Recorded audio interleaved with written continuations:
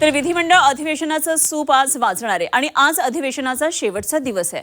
अजित पवार यांच्या विमान अपघातावर आज चर्चा होण्याची शक्यता आहे आणि मुख्यमंत्री उपमुख्यमंत्री या संदर्भात उत्तर देणार असल्याचं कळतंय।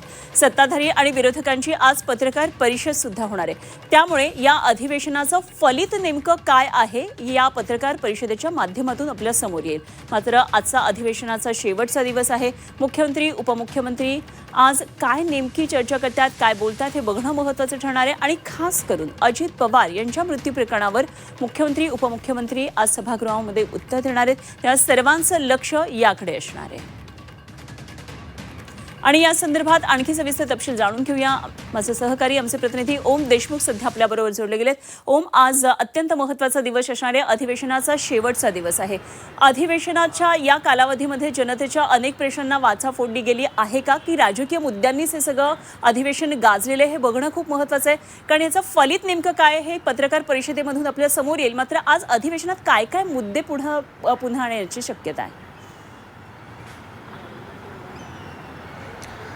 निश्चितच खरं तर अधिवेशनामध्ये सर्वसामान्यांच्या मुद्द्यांना वाचा फोडली जावी अशी अपेक्षा असते, परंतु सरकार आणि विरोधक यांच्यामधल्या एकंदर राजकीय आरोप प्रत्यारोपांमध्ये खरंच हा सगळ्या जनसामान्यांचा मुद्दा सुटलाय का किंवा त्यांच्या हिताचे निर्णय झालेत का, हाच एक खऱ्या अर्थाने प्रश्न आहे।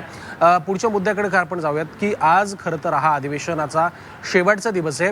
23 फेब्रुवारी ते 25 मार्च या दरम्यान झालेलं हे विधिमंडळाचं अर्थसंकल्पीय अधिवेशन आज समाप्त होते आणि मुख्यत्वे आपण जर पाहायला गेलं तर अर्थसंकल्पाच्या अनुषंगाने एक महत्त्वाच्या चर्चा या अधिवेशन काळामध्ये झाल्याचं पाहायला मिळालं।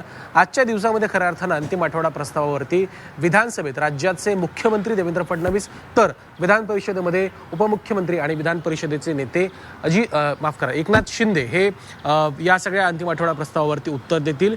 जो उल्लेख तुम्ही आता केलात की अजित पवार यांच्या अपघाती मृत्यू संदर्भात जी चर्चा खरं तर होणं अपेक्षित होतं, त्या सगळ्या चर्चेसंदर्भात आज मुख्यमंत्री आणि उपमुख्यमंत्री सभागृहांमध्ये काही भाष्य करतायत का हे पाहावं लागणार आहे। काल रोहित पवार यांनी या सगळ्या मुद्द्यावरती विधानसभेत आवाज उचलला होता आणि खऱ्या अर्थानं त्यावेळेला मात्र कुठेतरी सरकारमधल्या लोकांची एक अनुपस्थिती मोठ्या प्रमाणात त्या ठिकाणी जाणवल्यामुळे सरकारकडनं कुणीही उपस्थित नसल्यामुळं कामकाज सुद्धा तहकूब करावं लागलं होतं।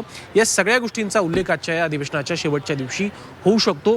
त्यासोबतच एक महत्त्वाचा मुद्दा म्हणजे कोकणातल्या आंबा आणि काजू उत्पादक शेतकऱ्यांसाठी सरकारकडनं आज एका महत्त्वाच्या घोषणेची शक्यता आहे। खरं तर सरकार महत्त्वाची घोषणा, जे नुकसान खरं तर आंबा आणि काजू उत्पादकांचं झालंय तेव्हा त्यांना जो फटका बसलाय त्या संदर्भात महत्त्वाचा निर्णय, महत्त्वाच्या घोषणा आज सरकारकडनं केल्या जाऊ शकतात। त्यासह अशोक खरात प्रकरण असेल किंवा इतरही महत्त्वाचे मुद्दे असतील यावरती सरकारकडनं भाष्य केलं जाऊ शकतं। त्यामुळे अंतिम आठवडा प्रस्तावामध्ये मुख्यमंत्री आणि उपमुख्यमंत्री काय भाष्य करतायत आणि राईट टू रिप्लायच्या माध्यमातून विरोधक त्यावर नेमकं काय प्रत्युत्तर देत आहेत हे देखील पाहणं आता महत्त्वाचं असेल। निश्चित ओम, जरूर लक्ष ठेवून राहा। वेळोवेळी आपण आज चर्चा करूया। दिवसभरामध्ये अनेक महत्त्वाच्या घडामोडींवर आपल्याला सभागृहामध्ये लक्ष ठेवायचंय। धन्यवाद दिलेल्या या सगळ्या सविस्तर माहितीसाठी। ओम देशमुख आमचे प्रतिनिधी आपल्याबरोबर होते।